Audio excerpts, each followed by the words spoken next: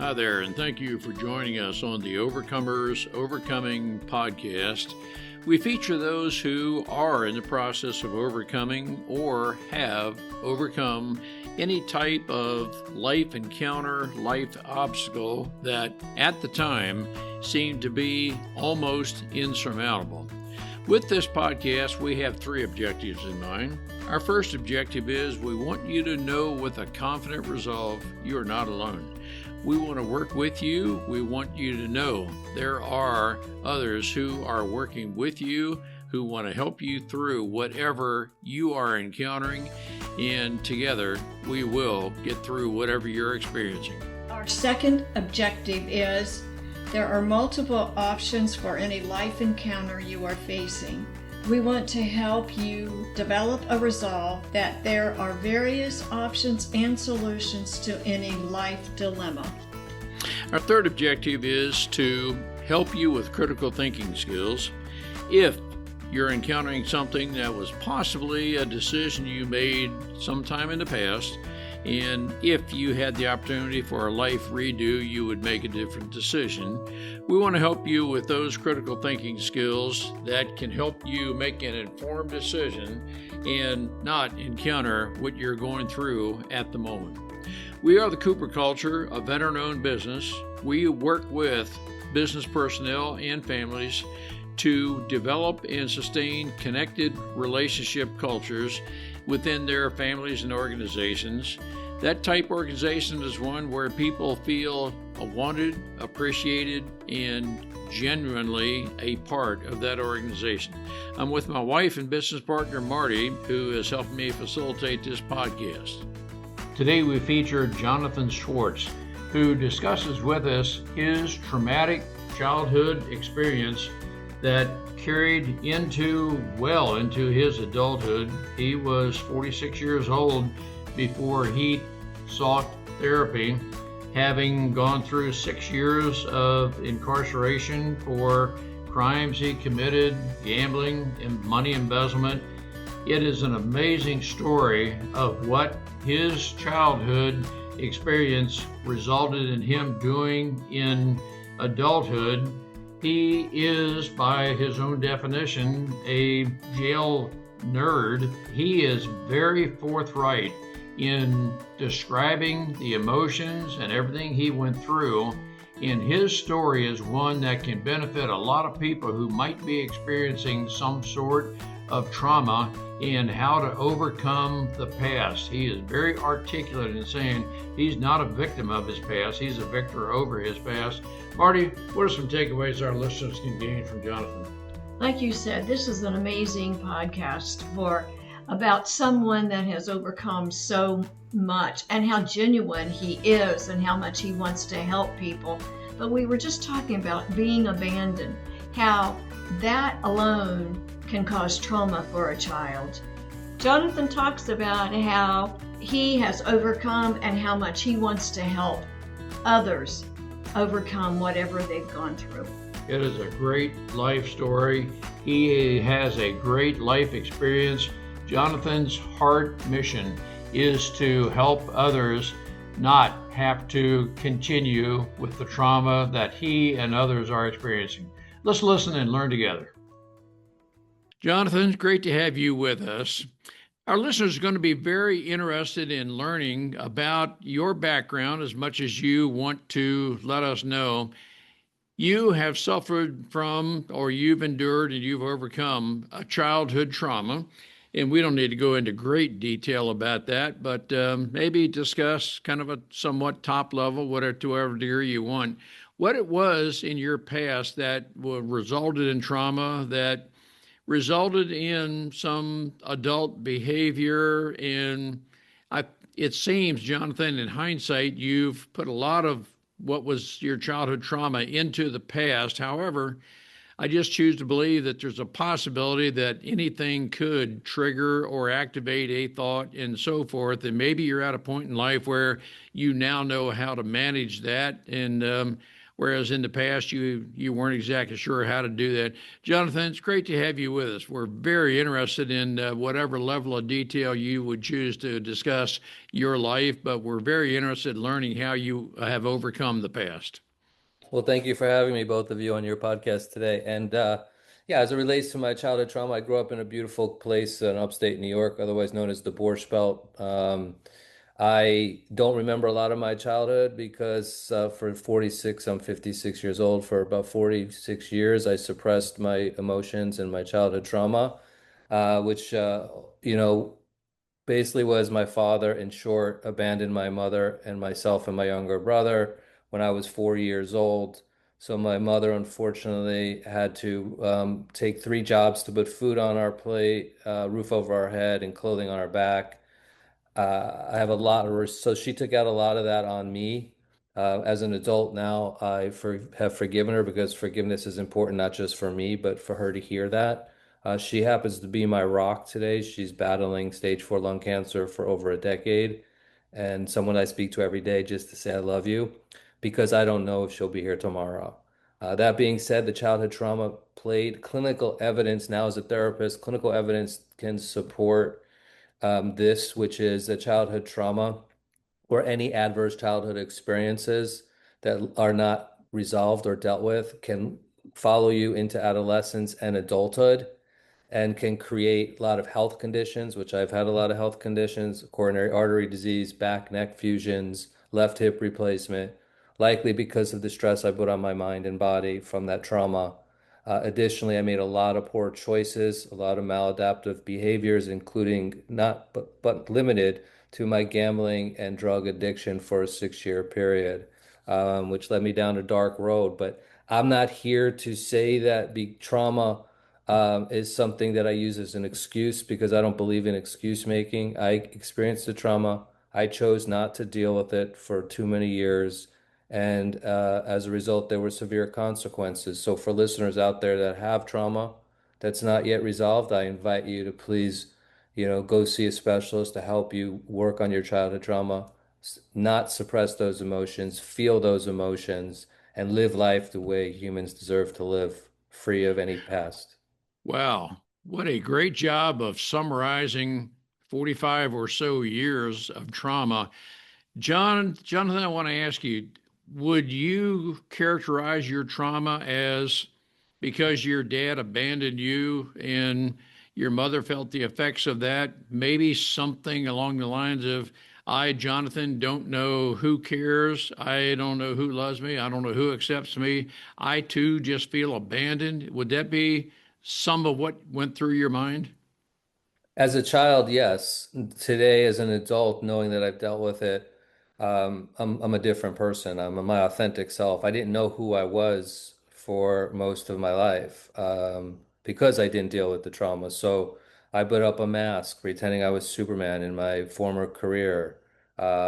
Yet I had such low self-esteem and insecurities, but I had to pretend that I was, as I mentioned, Superman because clients don't want someone who isn't confident in what they're providing a service for. So I had to pretend for too long, and ultimately, I'm happy. We'll talk about it when you're ready, but I'm happy to say that I deserved the consequences of a prison sentence later in life, which gave me the time to reflect on who I was, why did I do what I did, how could I have violated a fiduciary responsibility that I had to clients. And as I stopped searching for the why, I found the answers. And those answers help me today to connect with my emotions beautifully.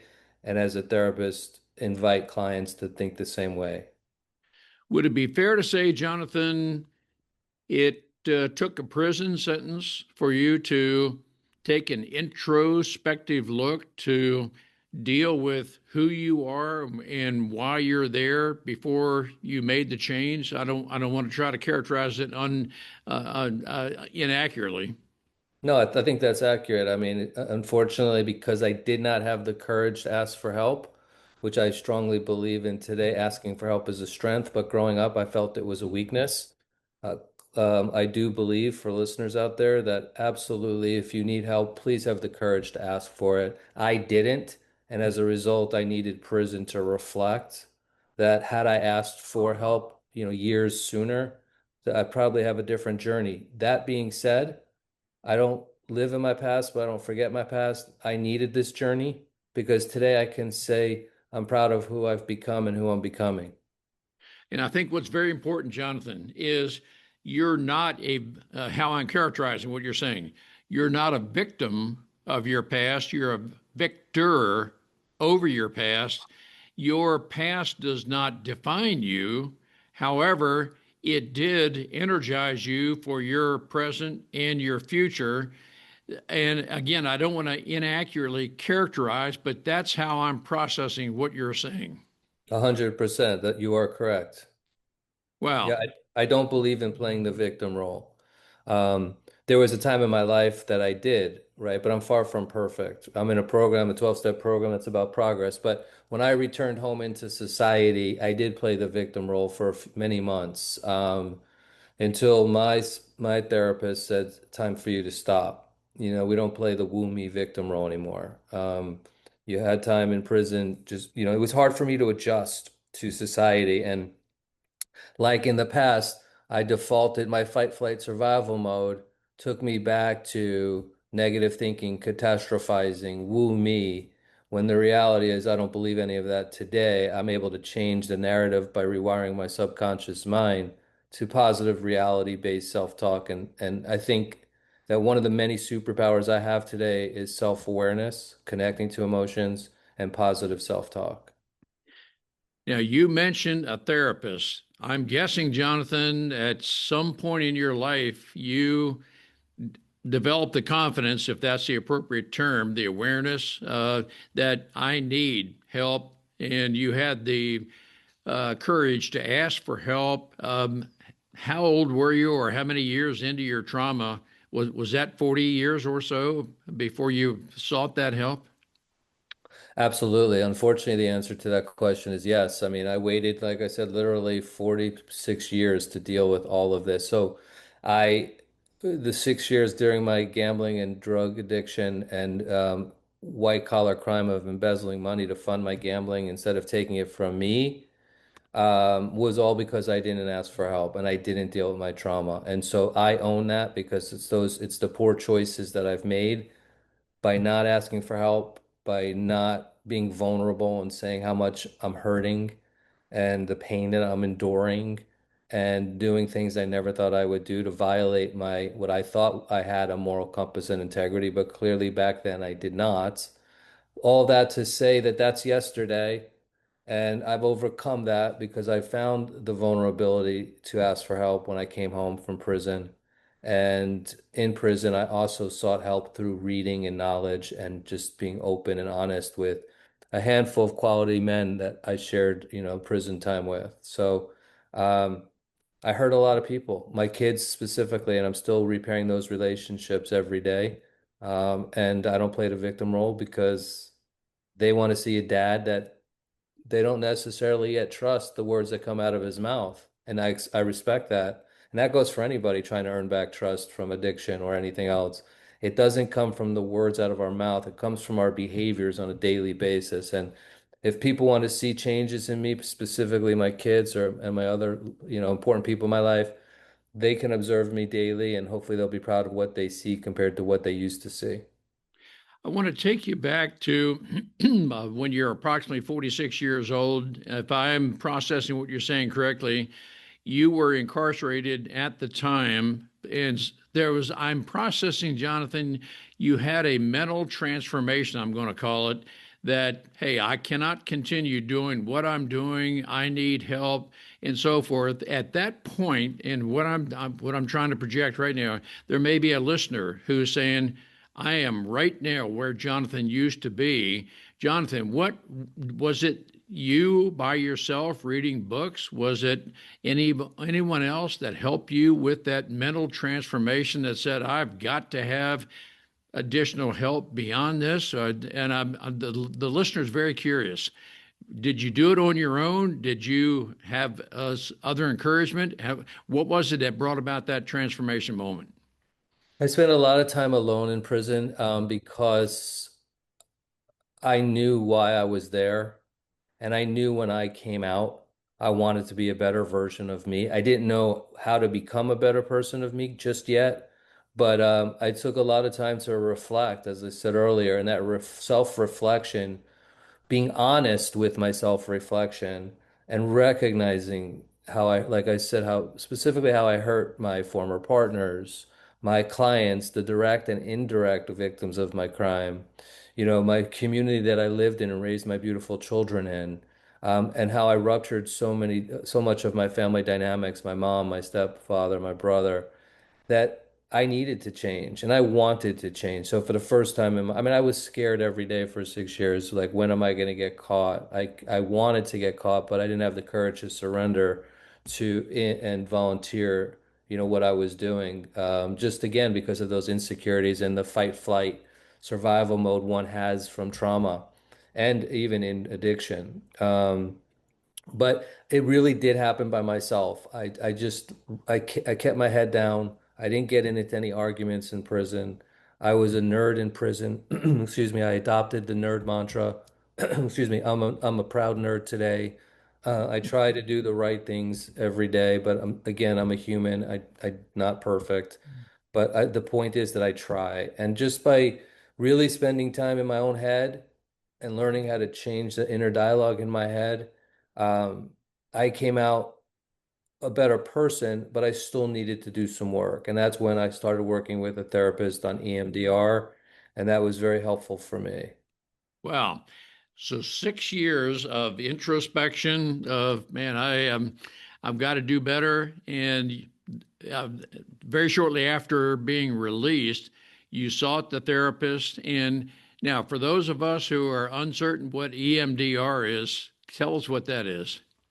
It's one of the best or effective therapeutic modalities to help people with trauma, and it stands for eye movement desensitization. And essentially, what your therapist is doing is getting you into a comfort place to have like a strong recall of your early childhood or even more recent childhood or any experiences that were traumatic. PTSD is also, can help people with PTSD, which is a form of trauma. Um, it was, some use a wand and some use this or that, but it's really effective. There's other therapeutic modalities that are effective, but this is the preeminent one that most people go to when they have deeply rooted emotions or trauma that needs to be flushed out. And it doesn't happen overnight. It's a long process. It could be 6 months, it could be 9 months, because there's going to be interruptions in the journey. So, for example, I could have a great session today, go see my EMDR therapist next week, and she pulled something out of me that really kind of made my emotions go in many different places.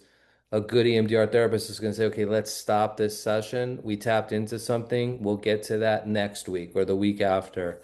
So a good EMDR therapist knows when the trauma in the moment is not is while it's you're connecting to it, it can put you in some really depressing or anxious emotions. So they'll stop you temporarily. So it's a journey that doesn't happen in 3 or 4 sessions.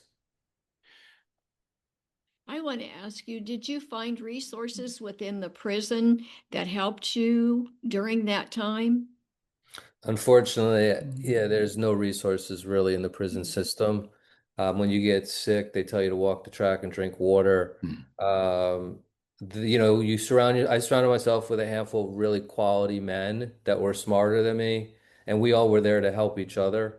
But just from a psychological perspective, one dear friend told me, stop crying, because I cried every day for the first 6 months. And he said, you can't do that in here. I think crying is cathartic and a beautiful way to connect with emotions, but probably not in that environment. Certainly, I cried today, somatically or otherwise, because I can connect with emotions. But yeah, I surrounded myself with good people, and I continue to surround myself with quality people, not quantity of people, since I returned to society. I'm no longer a people pleaser. I'm here to try to be the best me, and that's creating a quality inner circle of genuine people versus quantity of people. Right. Great. Jonathan, I want to ask you the therapy. Has that expunged from you all memory of your past, or is it a matter that you now know how to deal with it And I'm asking it's a multifaceted question. If something were to trigger or activate a thought, could it bring up a part of the past, but yet you know mentally how to deal with it? And our listeners need to know just how has it been expunged, or is the memory always there if you search for it enough? And I'm not sure I'm asking the right question, but hopefully you understand what I'm trying to get at. I certainly do. And so the answer, there's a couple questions in there. So I still don't have recall of my childhood. No. But I'm no longer searching for that recall because I found the why. And the why is, from a clinical perspective, multi-generational transmission, right? So like multi-generational transmission could be like my father was a gambling addict and cocaine addict. Now I know why I became the same in terms of the two addictions. Again, I don't use that as an excuse, but there's clinical evidence to support multi-generational transmission. My mother was likely experienced trauma from her mother, my grandmother. And, as a parent, as I said earlier, I can absolutely forgive my mom. I love her. She is that rock. Without her, I wouldn't be here today. I could have been homeless if not for her and my stepfather when I came back into society. So I've not look to address or have a strong recall of my childhood. What's more important is that I have cognitive clarity today and that I don't have racing thoughts wondering, why do I do this or why do I do that or why did I? Today, if I have an emotion, one of the biggest tools that I work with clients on in the treatment center that I work at, Altus Rehab, is have strong self-awareness. If you could have strong self-awareness, meaning from childhood trauma or even years of addiction or mental health, most of us, myself included, we escaped the trauma, we escaped our addiction, going to some form of addiction. And mine, as you just heard, was gambling and cocaine. And rather than deal with the emotion, we run away from it. So today in recovery, I'll be 10 years and 4 days sober from and abstinent from gambling and cocaine. And it's because I have strong self-awareness. What do I mean by that? Somatically, let's say my body, when it's anxious, I'll feel it in my shoulders and neck. Okay, so now instead of disregarding that message from body to mind, I'm embracing it. Okay, maybe let me sit with this. My body's telling me I'm anxious. Why am I anxious? More often than not, I know why. So once I've identified through my self-awareness, body to mind, or just sometimes in my own mind, that I'm having some emotion, I understand why I'm having the emotion. Through that self-awareness, I can follow it up, as we talked about earlier, with positive reality-based self-talk. So it could be, I'm anxious today because I'm getting to work late. Okay, well, sit with it, Jonathan. I will sit with it and I'll say, you know what? I have a great boss and she knows how hard I work. And I'll let her know I'm going to be late. And she's going to say, you don't have to let me know. I know whatever reasons you have are valid, but thank you for letting me know. That's how I can change my inner dialogue. So now that anxiousness has been taken away, I could remove any negative emotion within usually 30 seconds to a minute today. And that's because I've practiced it. I've now formed a habit. So having strong self-awareness one time isn't going to create a healthy habit. If you really start to be aware of yourself, good, bad, or indifferent emotions, and connect with them on a daily basis, you'll begin to form a habit and in real time be able to really benefit from strong self-awareness followed by positive reality-based self-talk. Well, I want to take a very brief moment to tell you about myself, the Cooper Culture, a certified veteran-owned small business. I am a retired lieutenant colonel serving the Air Force for 22 years as an F-4 pilot, commander. I have 300 combat missions.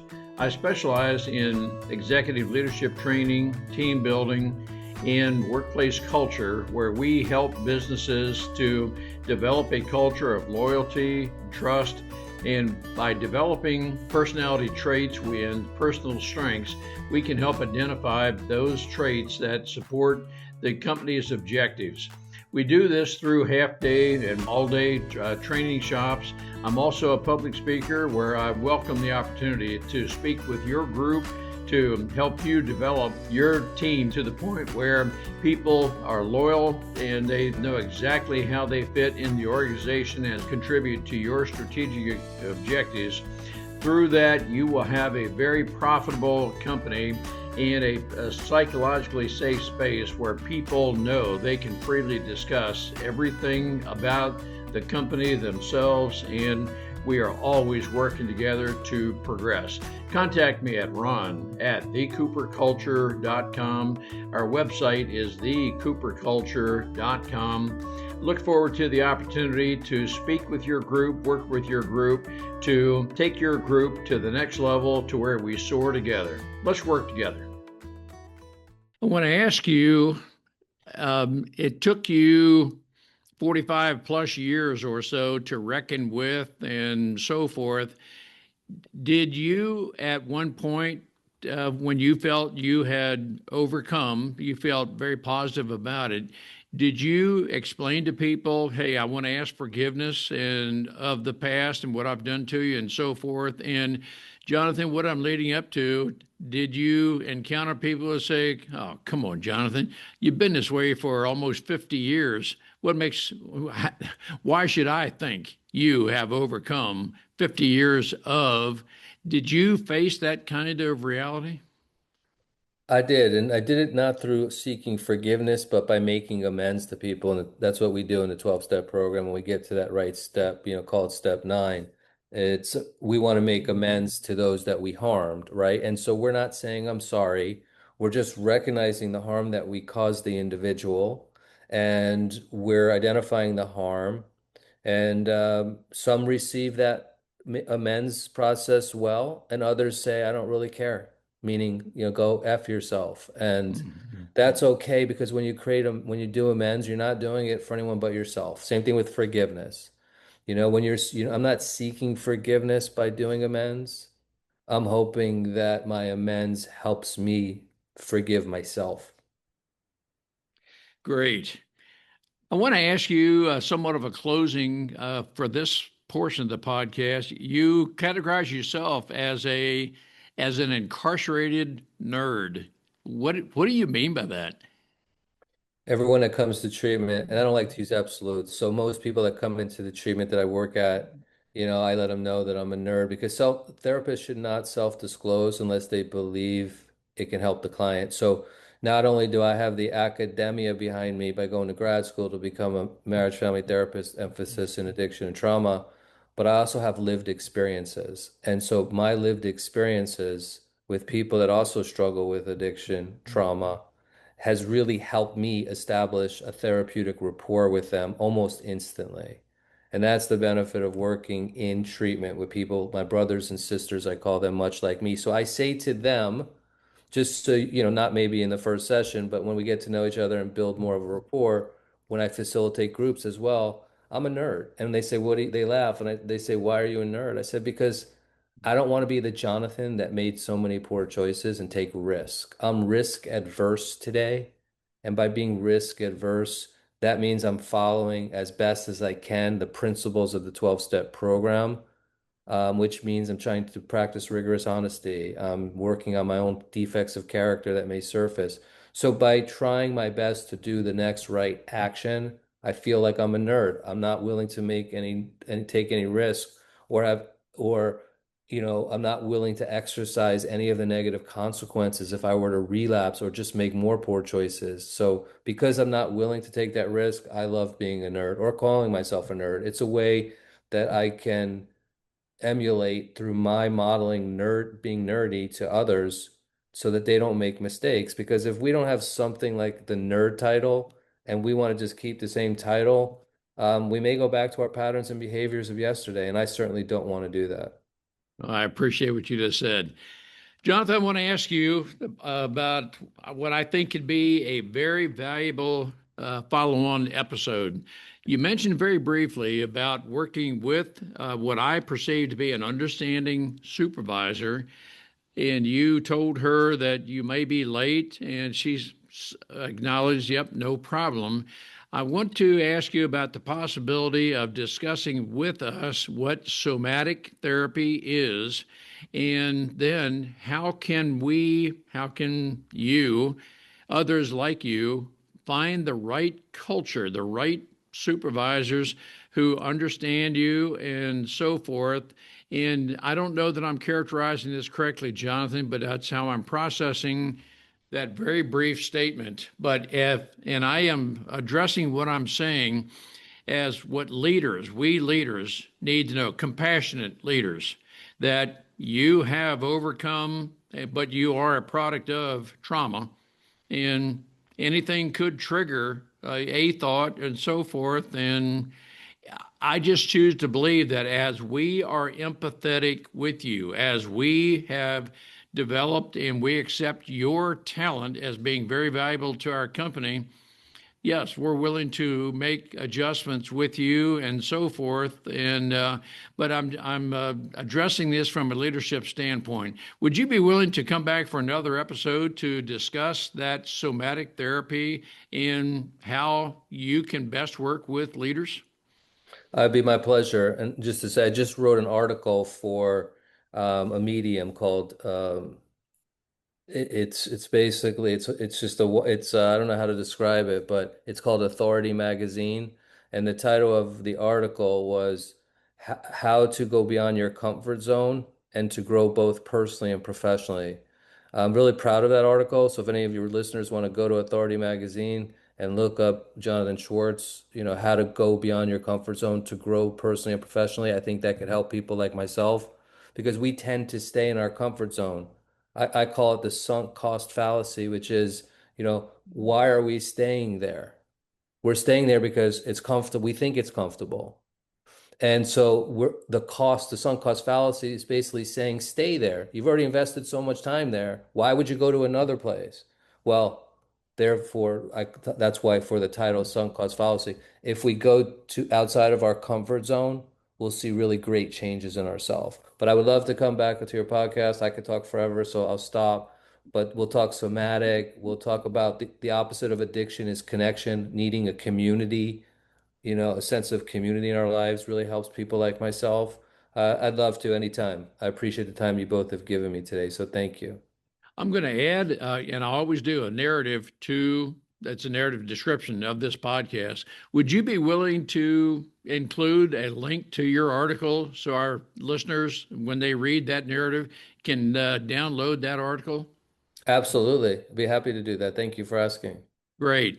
Jonathan, great to have you with us. We, Marty and I, our listeners are looking forward to joining you again on another broadcast where we're going to discuss further, somatic therapy and just how to move forward and continue to work very much together as a united team. Thank you for being so transparent and very helpful to us, Jonathan. Thank you for having me, both of you. We appreciate having the opportunity to share our and our guests' life's experiences with you. The Cooper culture advances organizations to achieve and sustain high retention rates, connected communication, and trust through personality insights and principled leadership. You can contact us at our website, thecooperculture.com, and you can contact us directly at ron@thecooperculture.com or Marty, M-A-R-T-Y, at thecooperculture.com. We work with you to help assess aspects of your culture to advance the environment and people to their best performance. We do that through our staff of certified personal performance coaches, leadership trainers, keynote speakers, and disc personality behavior experts. You can book a speaking engagement directly through our website by contacting us at ron@thecooperculture.com. We look forward to sharing our life experiences with you, some of which are profound, some of which are pretty funny. Some of those life experiences are ones we'll never do that again because we've been through stuff. We truly look forward to working with you, speaking with you, helping advance you in any way that we can.